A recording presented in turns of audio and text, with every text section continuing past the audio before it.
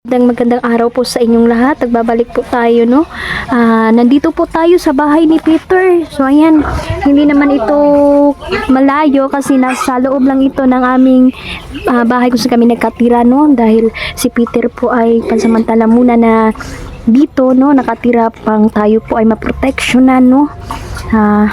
So, unang-una, kailangan po tayo talagang magdasal tayo, no, sa ating Panginoon at itong mga kaibigan natin ay ginawa lang po itong instrumento, no, na para patulungan tayo. So ayan, kaibigang Peter, meron pala po akong dala sa inyo. Ito po ay galing kay Ma'am Wendy. So ayan, salamat po Ma'am Wendy sa mga chocolates po, no, na padala ninyo. So ayan, ipinaabot ni Peter ang kanyang pasasalamat, no. Nakangiti po si Peter ngayon. At nandito din si David. So tinawag ko na si David dito para mausa na lang na kughatag ang atong alay sa ilaha. So tuwang-tuwa ang ating mga kaibigan. Maraming salamat, lalo na sa mga nagbigay, no, ng blessings, more blessings po sa inyo. Dobling balik sa inyo ito. So ayan, maraming salamat, kaibigang Peter, David, salamat. Kaibigan, meron pala akong itatanong po sa inyo, no. Ako po'y natutuwa, no, na buti-buti po ang kalagayan ng ating mahal na Pangulo ngayon na si Duterte. Ayan, salamat kaibigan. Salamat dahil tinulungan niyo po ako, no, kaming lahat na gustong mapabuti po no, ang kalagayan ng ating Pangulo. Ayan, salamat kaibigan. So, ayan, no, sabi pala ni kaibigang Peter na nalulungkot daw yung ating mga kaibigan, no, dahil may posible pa po, no, na mga hindi po kanais-nais na mga mangyayari, no, kaya lalo na ngayon na magulo na talaga. So sana ay hindi lang talaga gagawa ang mga tao na hakbang, no, para magulo-gulo na kasi may balak yung mga nasa kadiliman ngayon, no. Sana hindi sila magtagumpay, no, dahil alam naman natin na marami silang binabalak na hindi, kasi na yung balak nila ay para mapasama yung mga tao. So ayan, no, salamat po kaibigan, maraming salamat. So ayan, no, tuwang-tuwa si Peter, lalong-lalo na po si David. So yan, ang dami naman itong chocolates, sabi ni kaibigan. So maraming salamat po, lalong-lalo po sa lahat ng manonood, no. Please panoorin nyo po ito simula hanggang dulo. So ayan kaibigan, meron po akong itatanong kasi po sunod-sunod po ang aking masamang panaginip, tsaka mga pangitain ko po hindi po maganda dahil may panaginip po ako na parang may mapaha po ng dugo. Patuloy po akong nananaginip ng ganun, kaibigang Peter. Sa palagay mo kaibigan, ano kayang ibig sabihin nun kung ano kayang ibig sabihin nun kaibigan? Bigyan niyo po kami ng idea kaibigan kung ano pong dapat namin gawin, kasi yung mga tao po nagpapanik na po sila, no, dahil lalong-lalo na po ngayon na magulo, no, gumugulo na po, parang ito na siguro, no, yung sinabi ninyo noon hanggang ngayon, no, na darating ang pagkakataon ng panahon na to na magkakagulo-gulo. Sana kaibigan, no, kung maaari mapigilan ito kaibigan, kasi yung mga civilian po ang kawawa dito, lalong-lalo na po yung mga bata ba, luoy kayo kaibigan, siguradong madadamay sila sa kaguluhan. At yan naman yung gusto ng mga yung mga masasamang tao na magkagulo-gulo na at sa itupad na ang kanilang pinaplano.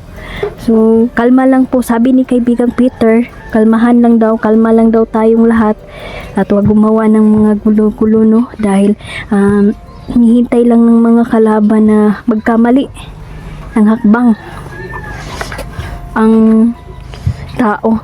So, ang sabi ni Peter at David na i-ready daw yung sarili natin at huwag kalimutan na magtabi ng mga pagkain, no? Tubig, tsaka pagkain, mga dilata, or kung sabi ni kaibigang Peter, kung may extra cellphone kayo, magtago kayo ng extra, no?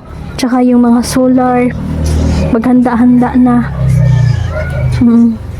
Salamat kaibigan, susundin po namin, no? Susundin po namin ang iyong mga babala, mga kaibigan.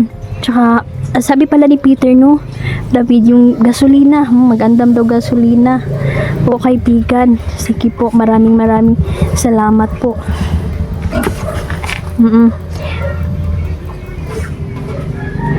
Ay, sus, meron na naman daw parating na bagyo na naman. Siguradong marami na namang masasawi.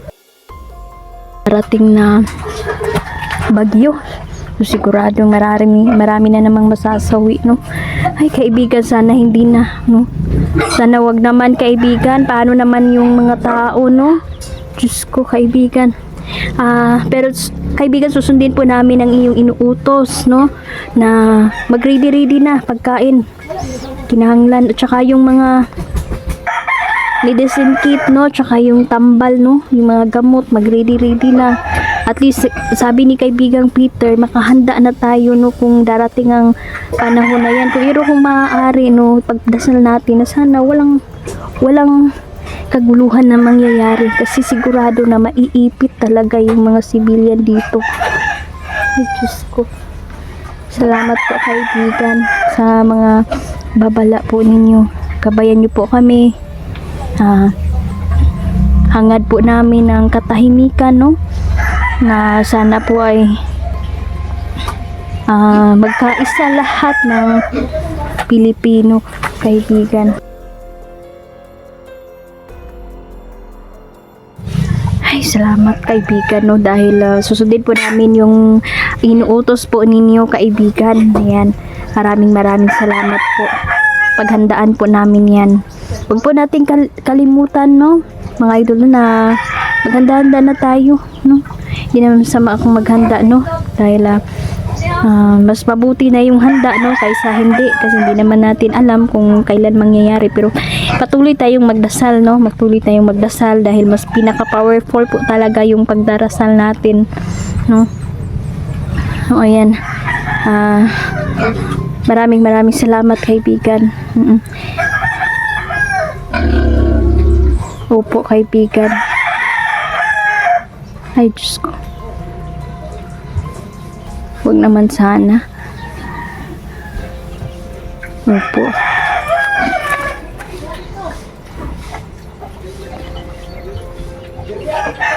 Salamat po. Opo.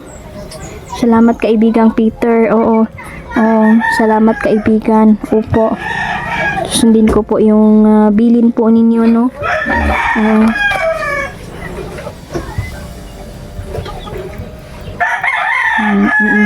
Yan, salamat kaibigan.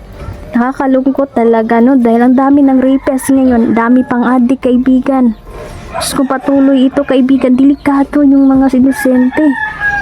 Kasi kung dadami yung adik na dito, no? Dito sa Pilipinas, paano na lang kaibigan? Grabe na yung kasamaan ngayon. Tsaka yung mga kidnapper, nigara na po kaibigan. Kayo na po ang bahala. Pahinain nyo po ang kanilang katawan. Upo kaibigan. Salamat po. Salamat kaibigan. Upo. Lalong-lalo daw yung may mga kriminal daw na pagala-gala. Ingat pa din daw tayo, no? Mag-iingat daw tayo. Wag nang, sabi ni Peter, wag nang magkumpiyansa sa panahon ngayon. Doon tayo mag-alala dahil bumubuti na po yung kalagayan ng ating mahal na Pangulo at babaliktad lahat ang kanilang ginawa sa ating mahal na Pangulo. Kung Ang daming nagmamahal sa ating presidente, no? Dahil sinisave po tayo ng ating mahal na Pangulo, no? Sa mga addict, no? So, yung mga addict, ang mga addict karon hadlok din na sila sa mga Duterte.